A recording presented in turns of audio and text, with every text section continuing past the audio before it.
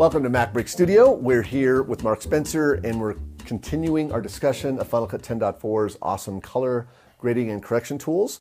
And we're looking at lookup tables. Looking at LUTs. Let's look at LUTs. Right. LUTs are lookup tables, yeah. And you said this is going to be very technical. Well, I want to cover some things about how Final Cut thinks about LUTs and works with LUTs. There's some new features in 10.4 that make it much easier to work with LUTs or lookup tables. But you need to understand its terminology and how it works with them. There's a lot of confusion about when and where and how to use LUTs. And I want to clarify that in the context of 10.4. So, that sounds great. In general, I'm going to start with camera LUTs. So the first thing is that Final Cut makes a distinction between camera LUTs and creative LUTs. So let's just talk about camera LUTs. Camera LUTs are LUTs that are created by the camera manufacturer, specifically convert a log clip into the delivery color space. Right. But those camera LUTs are built into Final Cut. They're usually built into Final Cut. So let's look at an example. So we've got this shot here that you or your team shot with a Canon camera C100 in log. Okay. So if I go to the inspector here and I go to the info inspector, I need to change the view from basic to either general or settings. Several of these will show up. I'll choose general.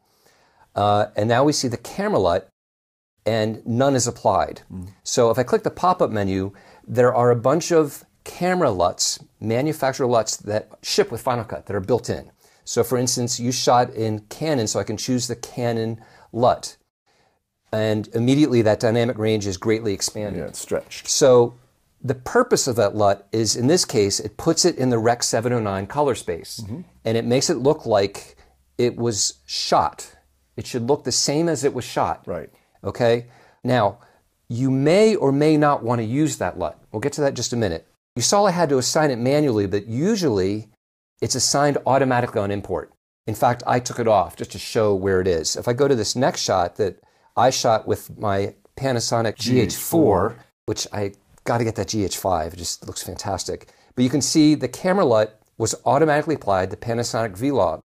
You really want to use the correct LUT because the LUT is created by that manufacturer intentionally to map their log curve to the Rec. 709 space. They created the math, they know the math. Yeah, so you really need to use the correct one.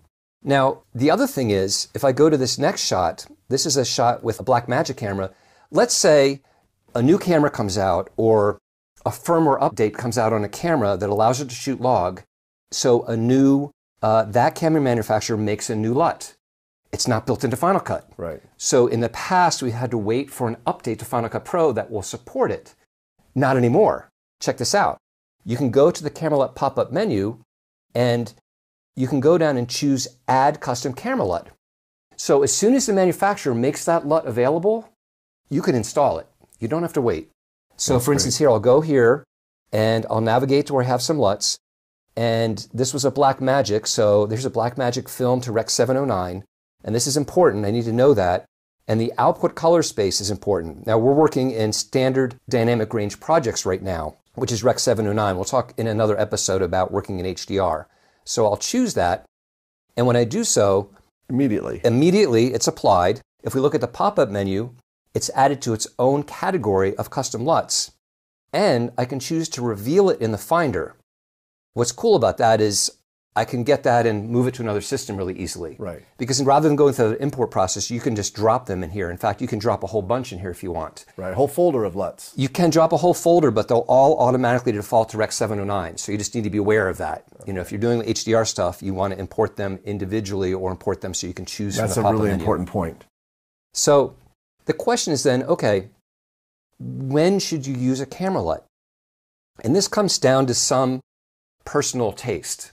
So you can use it as a starting point for a grade because it really puts it in your delivery color space. And if it was shot well, you could be done. Right. The LUT basically is your grade. You can also tweak it from there. You can add your color corrections on top of the LUT. The camera LUT is processed first in the processing order. So if you're doing extreme color correction where you're really working with shadow and highlight detail, that camera LUT can clip the values that you can't get back. Yeah. Okay, so it's really best when you've got proper exposure to begin with, you're not doing a lot of color grading after the fact. There's no reason you couldn't say, hey, I'm just going to grade this without a LUT. I'll turn that LUT off, Command 6, and I'll expand the range, the dynamic range, and I'll boost the saturation, and I can do it looks like a LUT. Yeah, I mean, there's no reason, you don't have to use a LUT. Right. The LUT puts it, it matches how it was shot, so often it's a good idea, but you don't have to use a LUT. So I just want to bring that up.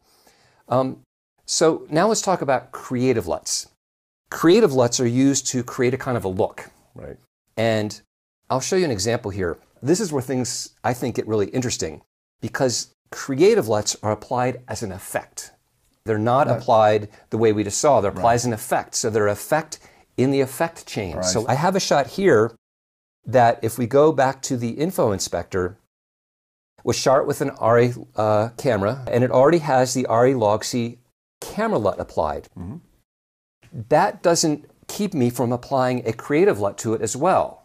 The important thing to know is, was that creative LUT created, it meant to be applied to a clip that's already in the Rec. 709 space or not? Right. Many of them aren't. It should say in the name. And that's where you can't just willy-nilly throw LUTs on things and expect it to work out. Problems with clipping or all kinds of different stuff. It just won't work right if it was meant to be applied to a clip that's in log versus a clip that's already been put in Rec. 709. Right. So what I'm going to do is go to the effects browser, and in the color category, we have a new Custom LUT effect. So I'll apply the Custom LUT effect to this clip. I'll go to the video inspector, and in this LUT pop-up menu, I can choose a custom LUT. You can buy them from people. You can go to get them for free. Color Grading Central has them. FCPX Free has a bunch of LUTs. So you can find them for free on the internet. You can buy them from different folks. You can create them. You can export them from DaVinci Resolve or Scratch. Or Premiere or 3D LUT Creator. Mm-hmm. There's different things you can do to create your own LUTs. Now, it's important to understand, as we talked about before, whether it should be applied to a clip that's log or is already in the Rec. 709 color space. And some of them are clear, like here, Alexa log C to Rec. 709. Okay, needs to be applied to a log clip. Or here's a Rec. 709 one. Sometimes it's not really clear. I'm going to choose this one here called Fashion Victim because I want to show you something. Fashion Victim. So I'll click Open, and it immediately has a pretty dramatic impact on the clip. Yep. Okay, now remember, this clip has a camera LUT already applied that puts it in Rec. 709 color space. The airy LUT. And then it has this creative LUT. Now we can add color correction to this. And here's where things get interesting.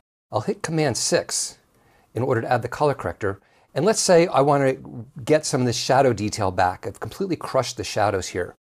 If I try to raise the shadows, see how everything goes up? You're not getting any detail back. No, I can't. It's just lifting it. It's lifting. It's not expanding it in any way. Right. So I'll undo that. But here's the cool thing. If I go to the video inspector and I'll close this, we can just see our order of operations. That color wheels is after, but I want to put color wheels before so that the custom LUT is the last thing in the chain.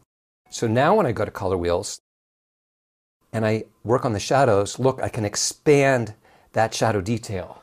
Okay, which I couldn't do before because the LUT was clamping it. Right. But now I have access. So that's a really cool thing, is that the custom LUT effect that loads creative LUTs can be placed at the end of the color correction chain. Or between other color correctors. Or between the creative LUT that you the custom, I'm having trouble with it, the camera LUT that you applied at the beginning of the chain, then you've got your corrections, and you can finish with a creative LUT and put it at the end of the chain so it will not clamp any corrections in between. Are you pulling my chain? So a lot of different LUTs, but the basic idea is to understand the difference between camera LUTs and creative LUTs and where they fall in the processing order. Fantastic. Yeah. Well, again, just another seemingly small feature, but huge ramifications in terms of controlling the final output of your image. Exactly. Right, so if you like this, check out Mark's advanced color grading tutorial available on our site. We still have a lot more to talk about, and want to check us out on our usual social media channels. And we'll see you next time on MacBreak Studio. Thanks for watching.